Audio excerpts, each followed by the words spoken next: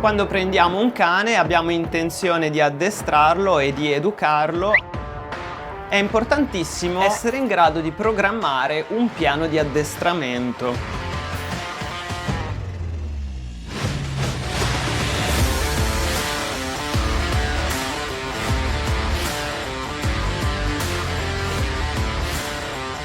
Oggi vedremo come fare, da dove iniziare e come sviluppare giorno per giorno, mese per mese questo programma.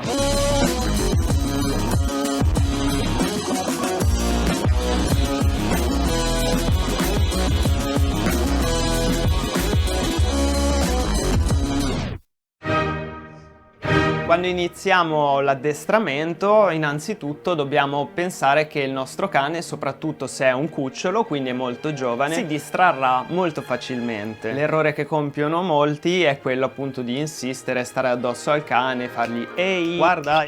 In realtà, e qui parliamo del primo punto che voglio toccare, le prime sessioni devono essere molto brevi. E per molto brevi io intendo che spesso con certi cani ci si deve accontentare di pochissime ripetizioni. Lo faccio sedere una volta, gli do il premio, lo rifaccio sedere una seconda volta, se il cane sta lì e mi guarda così vuol dire che posso andare ancora un po' avanti, ma se il cane inizia a distrarsi, ad annusare, girare intorno, io devo interrompere lì. Altra cosa importante, bisogna sempre interrompere prima che il cane si stufi, quindi il gioco, il comando che gli sto insegnando deve essere qualcosa di divertente e deve valere sempre la regola che il gioco è bello finché dura poco. Finché il nostro cane è attento e si diverte, possiamo chiedergli qualcosina in più magari, senza esagerare, perché noi dobbiamo interrompere prima che il cane si annoi, prima che inizi a fare vabbè, vado a fare altro. Quindi non siate insistenti e abbiate pazienza, perché le prime volte che vi approccerete a nuovi esercizi con un cane non abituato dovrete fare sessioni molto brevi per poi allungarle nel tempo, ma il vostro cane ve lo farà capire perché sarà sempre più attento. Un secondo fattore molto importante è quello delle distrazioni e anche del contesto, diciamo. Perciò inizialmente le mie sessioni si svolgeranno in un luogo familiare al cane, come ad esempio a casa, e con poche distrazioni o comunque privo di distrazioni eclatanti, proprio per favorire il fattore dell'attenzione nei nostri confronti. Se io lo porto al parco e pretendo la prima volta che gli propongo un esercizio che lui lo faccia lì con tutte le distrazioni, insomma, mi complicherò molto la vita, quindi è importante scegliere bene il contesto e che sia privo di distrazioni. Le distrazioni possono essere una persona che entra in casa, io che mi giro, una pallina che casca, un rumore, un altro cane. Cambiando contesto aumenterò pure i fattori di distrazione. Fattori di distrazione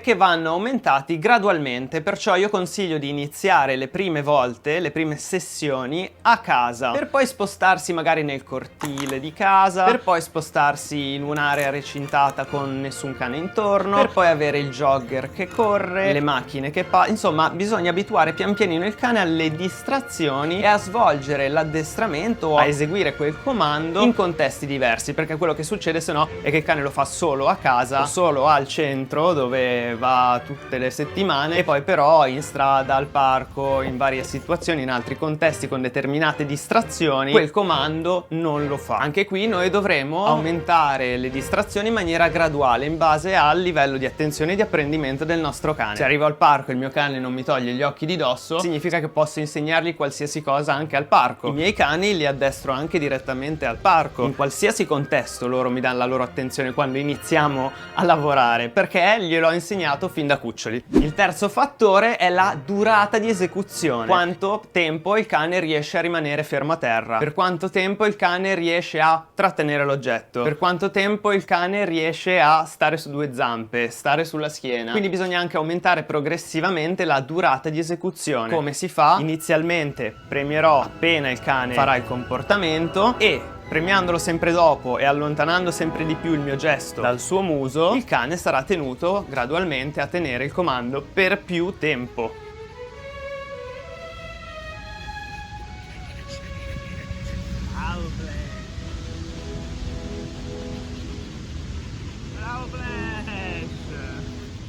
Abbiamo parlato del focus, quindi del tempo che il nostro cane riesce a stare concentrato su di noi. Abbiamo parlato dei contesti e quindi delle distrazioni. Abbiamo parlato della durata d'esecuzione. L'ultimo fattore è la distanza, ossia da che distanza io riesco a dare il comando al mio cane e far sì che il cane lo esegua. E anche la distanza va aumentata gradualmente, inizialmente lavorando di fianco al cane o addirittura seduti per terra, per poi pian pianino chiedergli il comando sempre da più lontano. Si può fare con l'utilizzo di un target, con il comando box, gli insegna a stare sul suo piedistallo, lui capisce che da lì deve fare i comandi, il seduto, il terra, quello che è, quindi io mi allontanerò e il cane sarà facilitato nel rimanere più distante da me perché ha un riferimento che è il target, il box. Posso farlo anche senza, è un pochino più complicato, però il concetto è sempre lo stesso. Se il mio cane si siede, appena io mi alzo e faccio un passo indietro e il mio cane si alza, significa che ho aumentato troppo la distanza, ok? Adesso invece parliamo proprio di come organizzare un piano di addestramento.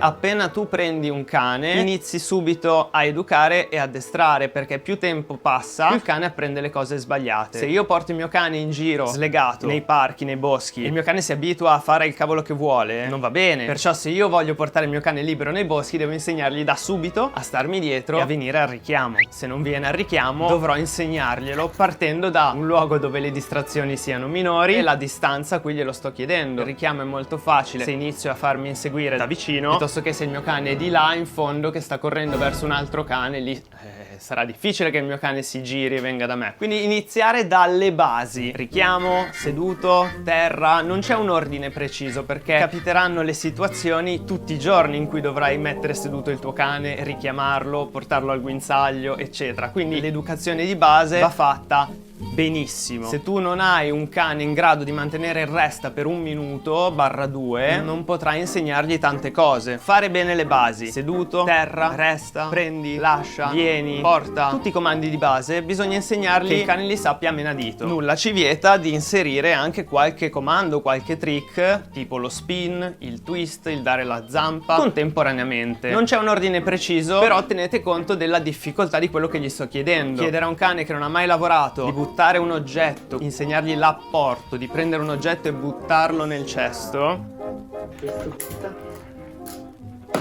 Bravissima. Posso chiederlo a un cane che non ha mai fatto il seduto, il terra o almeno la zampa, ok? Quindi la difficoltà del comando è un po' in base a quanto il comando è costruito. Sedersi è un comando con una sola azione: mi siedo, butto giù il sedere. Il terra è già più complesso perché si deve sedere e poi mettere giù le zampe. Il riporto significa che il cane deve andare, prendere, tenere, portare, lasciare. Quindi non posso insegnare il riporto come prima cosa. Posso giocare però per imbastirlo il riporto. Non c'è un ordine preciso, però dovete sempre tenere conto del livello di istruzione del cane. Per quanto riguarda i salti, i volt sulla schiena, i salti nell'agility, le palizzate, per tutte queste cose bisogna aspettare che si sviluppino bene le articolazioni, le ossa e tutto quanto. Quindi il cane, prima di fare questo tipo di esercizio, nel mio programma questo lo metterò come le ultime cose. Quando il cane avrà 1 anno e mezzo e potrà saltare, gli insegnerò i flip, gli insegnerò i volt, i rebound e tutto quanto, ma fino ad allora cose semplici che non rovinino il cane. Se volete fare agility, se volete fare queste cose, dovrete aspettare. Però nulla vi vieta di insegnargli lo slalom, di insegnargli il tubo.